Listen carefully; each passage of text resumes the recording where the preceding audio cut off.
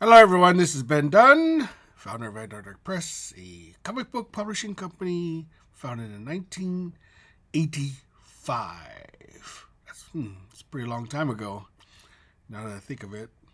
1985 is about as far from 2025 as 1985 is from the end of World War II.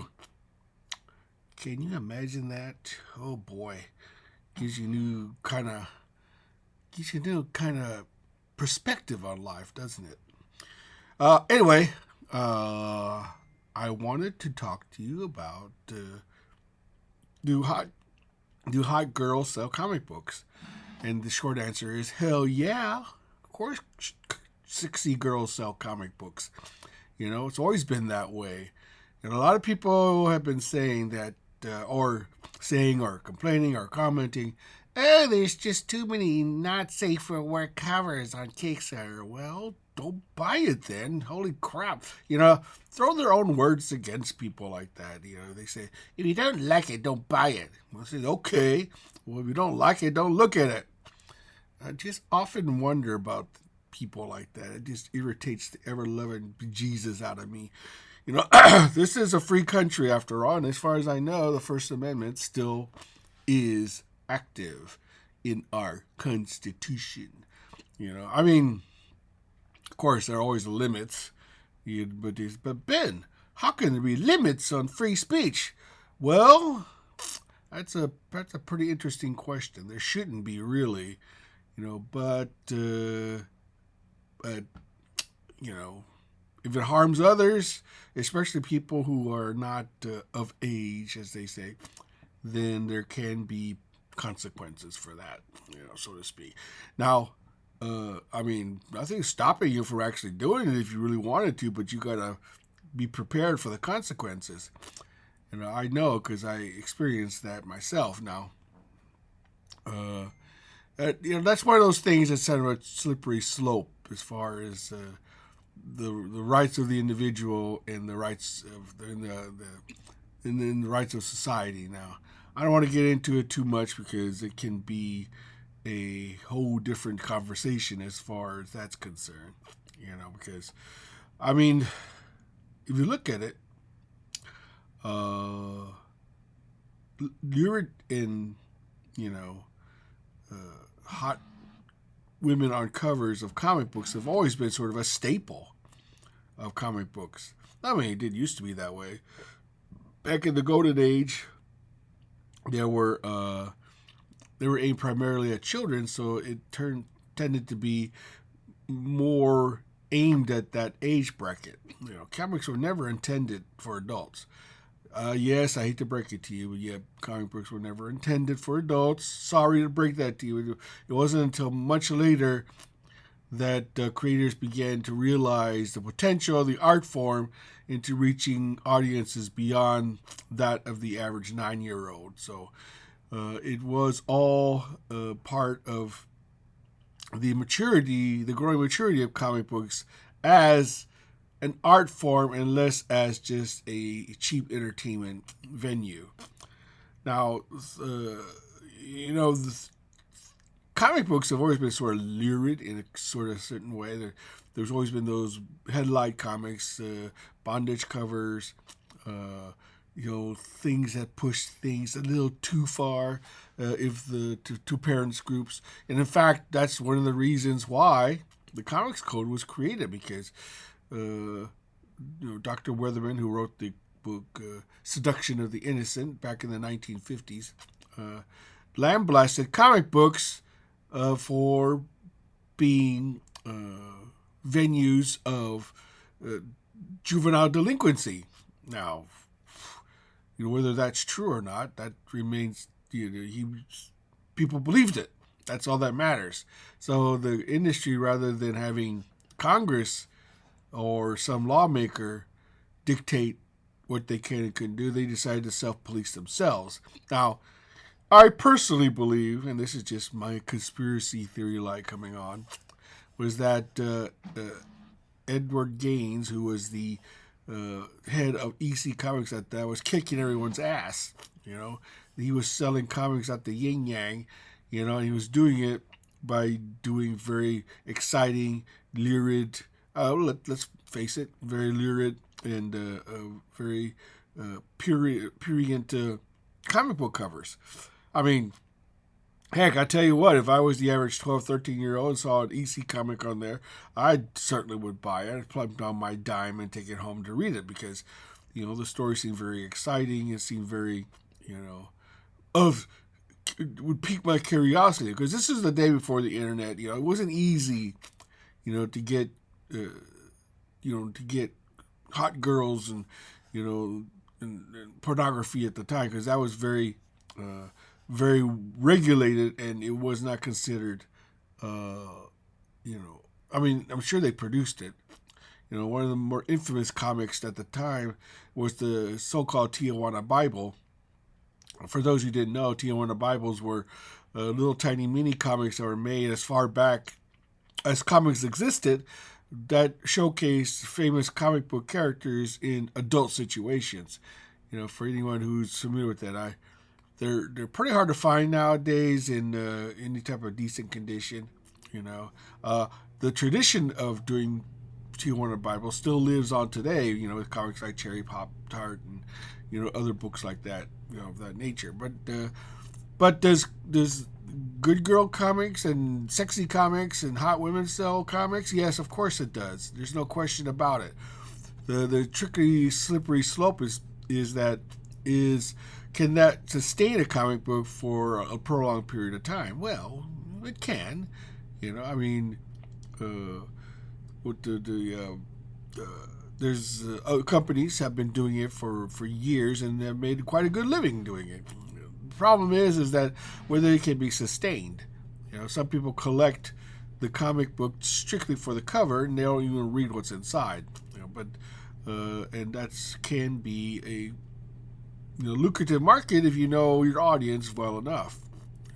You know, and as far as Kickstarter is concerned, crowdfunding is concerned, as far as I know, they really don't have an issue with that unless you state the age of the character. In which case, if you show the character any type of compromised position, then they can flag you.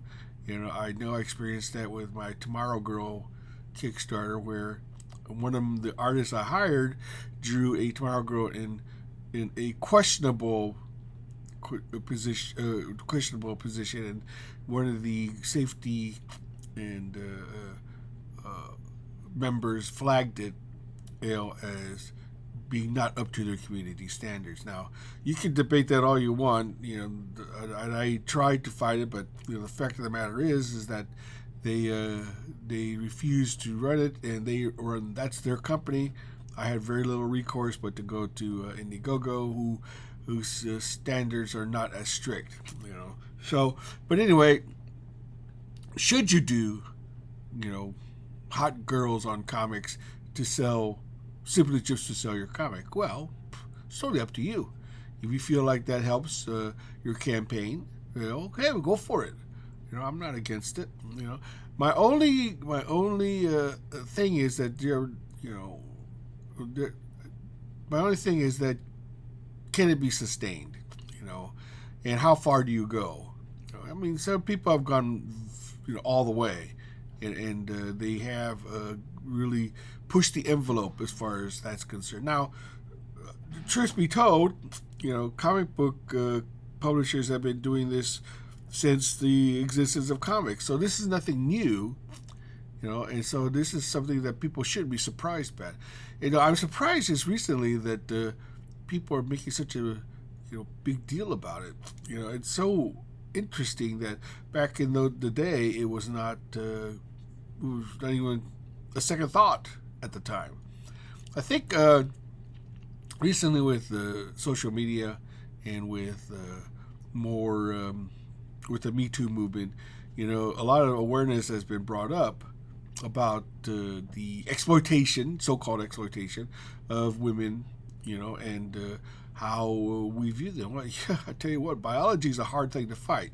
Men, and I'm talking about men, straight heterosexual males who appreciate the female. We are visual creatures. That's what we are. We in order for us to continue the species, we have to decide how we're going to choose a mate.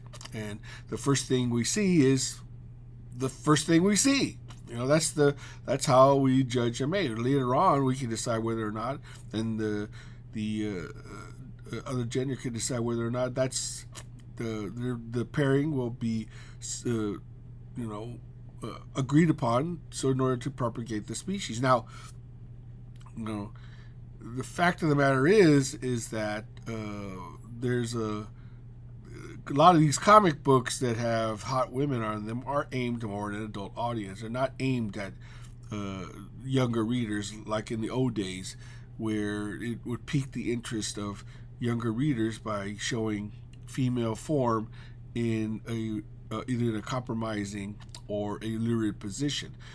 But that always piqued the curiosity because that's, believe it or not, that's nature kicks in around that age. When they become teenagers. You can't fight nature.